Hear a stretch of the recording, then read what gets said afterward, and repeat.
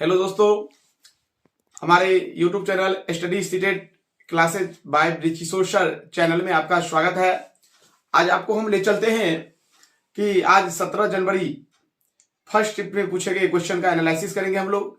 तो आज ईवीएस के बारे में हम आपको जानकारी देते हैं, जो काफी आसान क्वेश्चन पूछा गया था।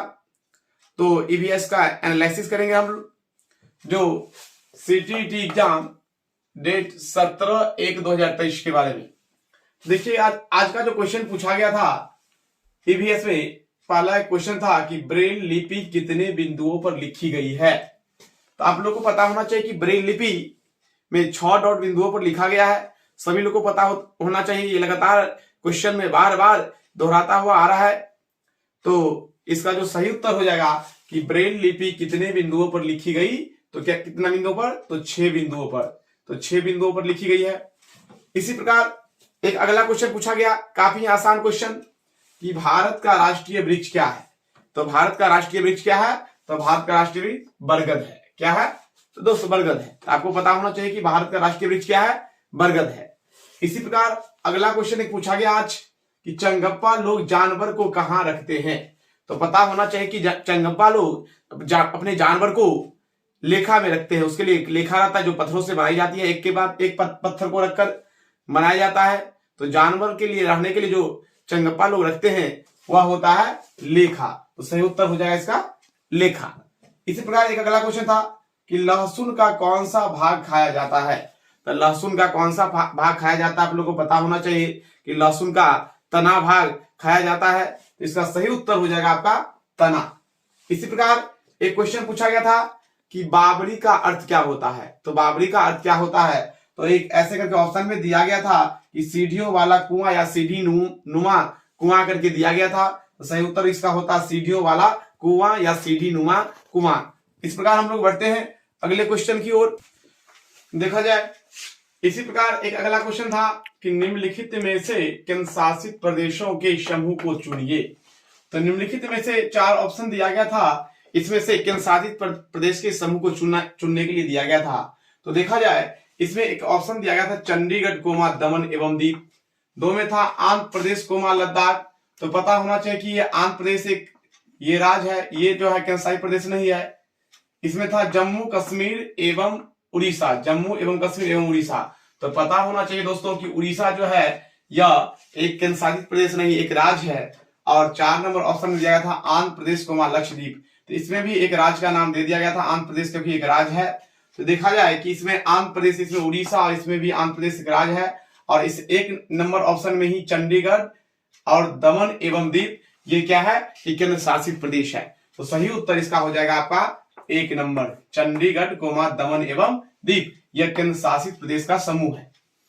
इस प्रकार एक अगला क्वेश्चन था कि भारत के राजधानी के सापेक्ष चंडीगढ़ और उत्तराखंड किस दिशा में है। तो भारत के राजधानी के सापेक्ष, तो भारत की राजधानी सभी लोगों को पता होना चाहिए कि भारत की राजधानी यहाँ पर तो यानी दिल्ली के सापेक्ष आपको देखना है, कि नई दिल्ली के सापेक्ष आपको कि चंडीगढ़ और उत्तराखंड किस दिशा में है। तो आप लोग को काफी मैप की जानकारी अच्छे से दिया गया था। इसका जो सही उत्तर हो जाएगा आपका उत्तर पश्चिम और उत्तर पूरब, क्योंकि सापेक्ष पूछा जा रहा है। तो आपको दिल्ली से ही, आपको वहां से ही देखना है, नई दिल्ली के सापेक्ष, तो राजधानी के सापेक्ष ही देखना है। तो राजधानी के सापेक्ष आपका हो जाएगा क्या कहते हैं, चंडीगढ़ आपका हो जाएगा उत्तर पश्चिम और उत्तराखंड हो जाएगा उत्तर पूरब। तो जो भी अभ्यर्थीगण उत्तर पश्चिम और उत्तर पूरब दिए हैं उनका बिल्कुल सही जवाब है। अब हम लोग बढ़ते हैं अगले क्वेश्चन की ओर, देखा जाए।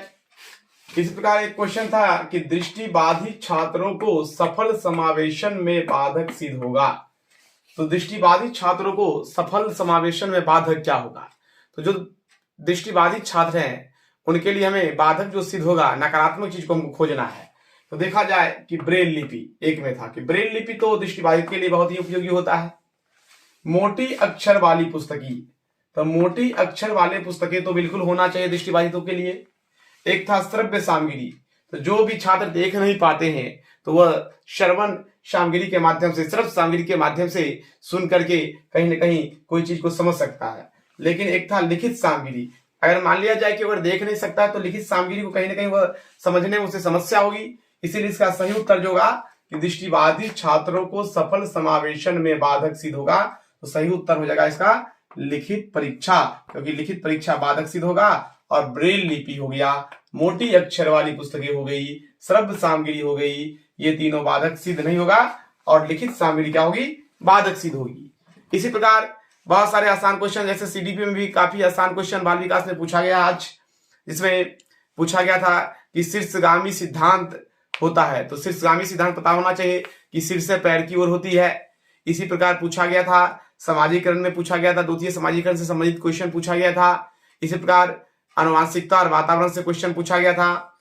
इसी प्रकार पियाजे से क्वेश्चन पूछा गया था कि कोई बच्चा मान लिया जाए कि तर्कशीलता कर पाता है लेकिन वह निगमनात्मक चिंतन नहीं कर पाता है, तो कोई बच्चा अगर मान लिया जाए तर्क कर पाता है लेकिन निगमनात्मक चिंतन नहीं कर पाता है, तो वह बच्चा पियाजे के अनुसार वह मूर्त संज्ञात्मक अवस्था 7 से 11 वर्ष में आएगा।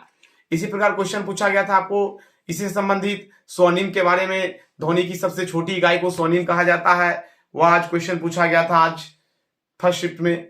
इसी प्रकार क्वेश्चन पूछा गया था आपका इसी में जेंडर पक्षपात रूढ़िबद्ध धारणा से क्वेश्चन पूछा गया था। रचनात्मक मूल्यांकन में क्या शामिल नहीं है, तो इससे क्वेश्चन आज पूछा गया, जिसमें सत्रांत परीक्षा जो है यह रचनात्मक मूल्यांकन में नहीं आता है, जो बार बार आपको एग्जाम में लगातार आपको पूछते आ रहा है कि सत्रांत परीक्षा ये रचनात्मक मूल्यांकन में नहीं आता है। इसी प्रकार क्वेश्चन पूछा गया आपका समावेशी शिक्षा से क्वेश्चन था।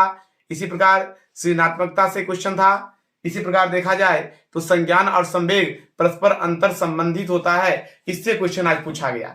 इसी में जो आज दोस्तों क्वेश्चन पूछा गया, इसी में आंतरिक अभिप्रेरणा और बाह्य अभिप्रेरणा से लगातार क्वेश्चन पूछता आ रहा है, तो इससे संबंधित क्वेश्चन पूछा गया था। एनईपी 2020 से क्वेश्चन एक पूछा गया था। इसी में निपुण के बारे में पूछा गया था, जिसमें संख्यात्मक कौशल का विकास, पठन कौशल में लचीलापन और आधारभूत संख्यात्मक कौशलों का विकास करना होता है। निपुण भारत से संबंधित क्वेश्चन लगातार पूछते आ रहा है।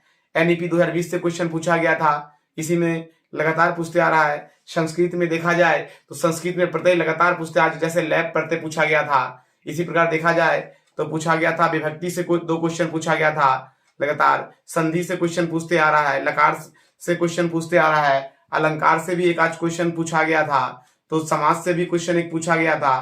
तो लगातार क्वेश्चन पूछते आ रहा है, तो इससे संबंधित जानकारी आपको प्रत्येक दिन हम एनालिसिस कराते रहेंगे। हमें उम्मीद है कि आप सभी लोगों को, और आपको बता दें कि मैथ के बारे में जानकारी दिया जाए कि मैथ के बारे में जो आपको हम 13 तारीख का जो एनालिसिस इससे पहले हम करवाए थे, तो 13 तारीख से में जो क्वेश्चन पूछा गया था उसी से संबंधित बहुत सारे क्वेश्चन पूछा जा रहा है। संख्या से, पद्धति से लगातार क्वेश्चन पूछा जा रहा है, तो आप लोग अच्छे से इसे बार बार एनालिसिस देखते रहिए, इससे बहुत आपको स्कार फोल्डिंग मिलेगा।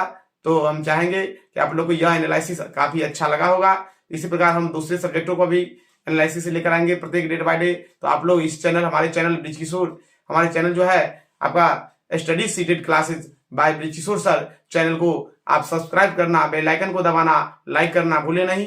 तो यहीं तक रहने देते हैं, पुनः आपको हम जानकारी आगे देते रहेंगे। बेस्ट ऑफ लक, जय हिंद।